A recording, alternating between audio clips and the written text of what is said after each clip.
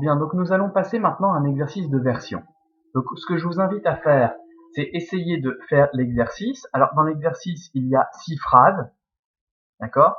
Donc faites-les, traduisez-les, et puis ensuite, moi ce que je vous invite à faire, c'est vraiment essayer de faire une phrase à la fois, et puis à chaque fois après, vous remettez la vidéo en route pour écouter la correction.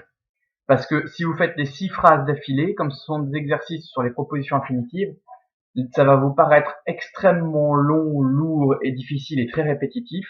Donc, faites vraiment comme ça. Une phrase, la correction. Une phrase, la correction. D'accord? Donc, allez-y, arrêtez la vidéo, et puis vous la remettez une fois que vous avez fait la phrase 1. Ok? Bien. On y va. Donc, Amilcar, in castris suis magnam seditionem, factam esse scebat. Alors, là-dedans, on cherche le verbe principal. Donc, le verbe principal, généralement à la fin de la phrase, c'est le verbe scebat. Donc, voici notre verbe. Vous voyez en bas, donc ce verbe est à l'indicatif imparfait. C'est le verbe savoir. Donc, on va supposer qu'après, il y aura une P2 infinitive. On cherche d'abord son sujet. Donc, il nous faut un mot au nominatif singulier. Le sujet est souvent au début des phrases en latin. Donc, le sujet, c'est Amilcar, au nominatif masculin singulier. Tout le reste sera une P2 infinitive. Donc, une P2 infinitive. Alors, vous auriez pu aussi dire que la P2 infinitive commençait ici.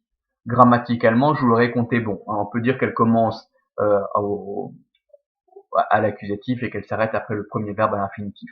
Bon, les deux sont possibles. D'accord? On poursuit. Alors, dans cette P2 infinitive, on sait que le principe d'une P2 infinitive, c'est qu'on a un sujet à l'accusatif et un verbe à l'infinitif. Alors, qu'est-ce qu'on a à l'accusatif? On a deux mots. On a magnam et seditionem. Magnam est un adjectif. Il se rapporte obligatoirement à un nom. Ce nom, c'est seditionem. Donc, voici notre accusatif féminin singulier, comme nous l'indique la terminaison de l'adjectif en am.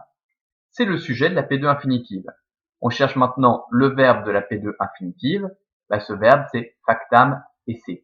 On voit le participe passé qui se termine par am, comme magnam. Il n'y a donc pas de doute possible.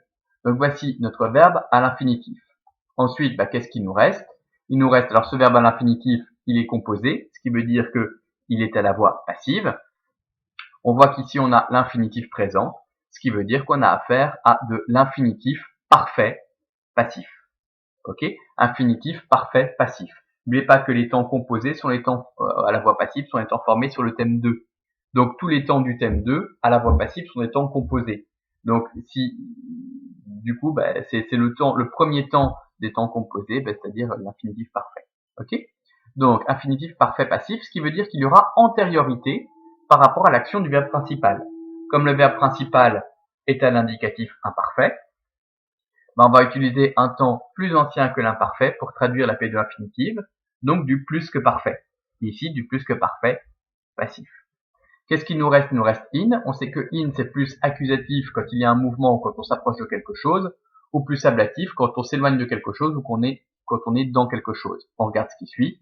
Castris suis, c'est de l'ablatif, donc in plus ablatif, je peux le souligner en noir. Ablatif, neutre pluriel, castra, castrorum, le camp. Le mot en latin n'existe qu'au pluriel, mais en français on le traduit au singulier.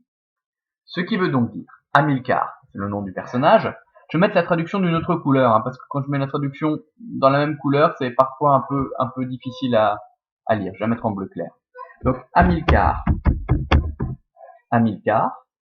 savait, scebat, savait que. Alors que quoi?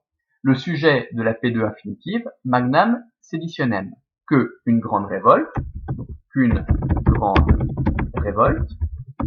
Je vous ai dit qu'il y avait antériorité, donc c'est le verbe faire ou produire. Donc quand il y a antériorité, on utilise un temps plus ancien que le temps de la principale. Comme le temps de la principale est un imparfait, ici je dis qu'on a utilisé du plus que parfait. Donc avait été faite, ou ça, in suis castris, dans son camp. Bon, alors il y a moyen de mieux traduire. Au lieu de dire avait été faite, on peut dire c'était produite. C'était produite. Ok? Voilà. Donc je vous invite maintenant à essayer de faire la phrase 2, qui est un peu longue. Donc isolez tout ce que vous pouvez isoler. Vous voyez par exemple ici, vous avez un cum qui est cum plus indicatif ou cum plus subjonctif. Donc ça vous fait déjà une première P2. Vous avez le verbe à l'infinitif, vous allez avoir une P2 infinitive. Et votre phrase principale sera beaucoup plus courte. Donc je vous invite à faire la phrase 2 avant de suivre sa correction. Voilà, je surveille en même temps le temps.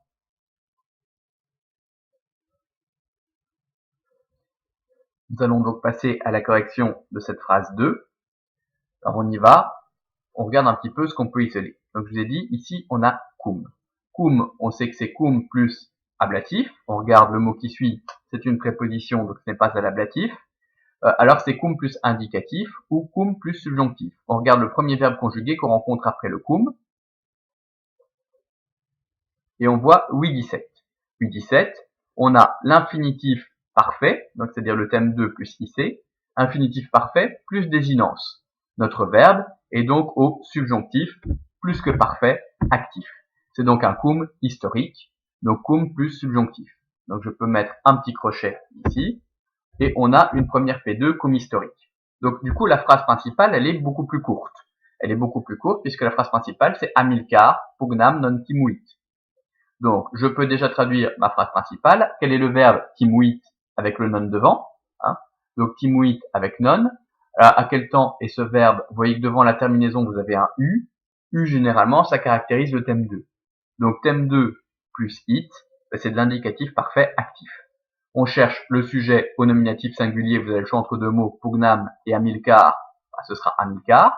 Donc, nominatif masculin singulier. Et puis, le CD, pugnam, à l'accusatif féminin singulier. Donc, je peux déjà noter ma traduction en bleu clair. C'est parti. Donc, Amilcar, Amilcar.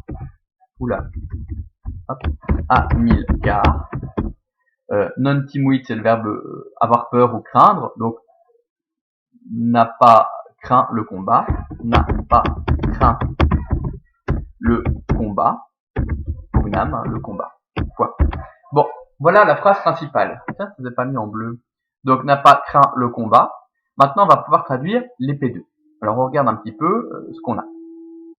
Donc, on a cum que je vais mettre en rouge d'ailleurs pour bien qu'on voit que ça va avec U17. Donc, cum U17, c'est une P2 cum historique. P2 cum historique, ouais. Donc, on regarde un petit peu ce qu'il y a d'autre dans la phrase. Ici, on voit qu'on a in.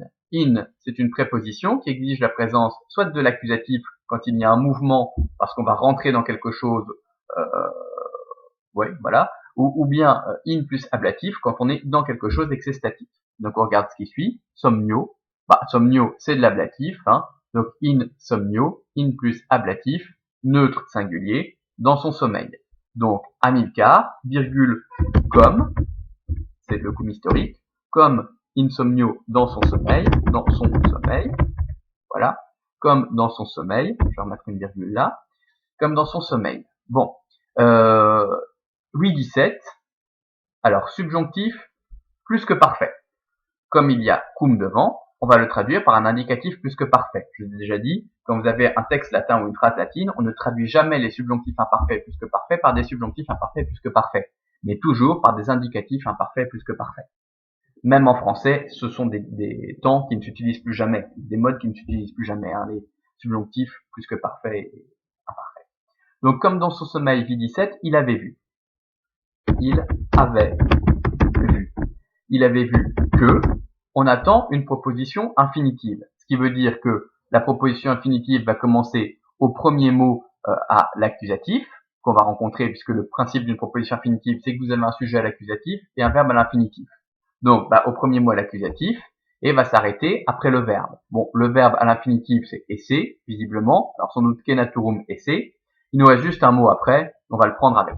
Donc, voilà, je mets une petite parenthèse ici, et je commence la parenthèse là. Je vais réduire un peu la phrase. Bon, non, c'est même pas nécessaire. Donc, voilà.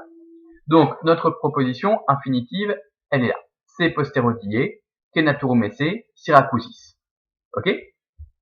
Donc, le verbe à l'infinitif, kenaturum esse. On reconnaît la forme en urus, ura, urum. C'est donc un infinitif futur.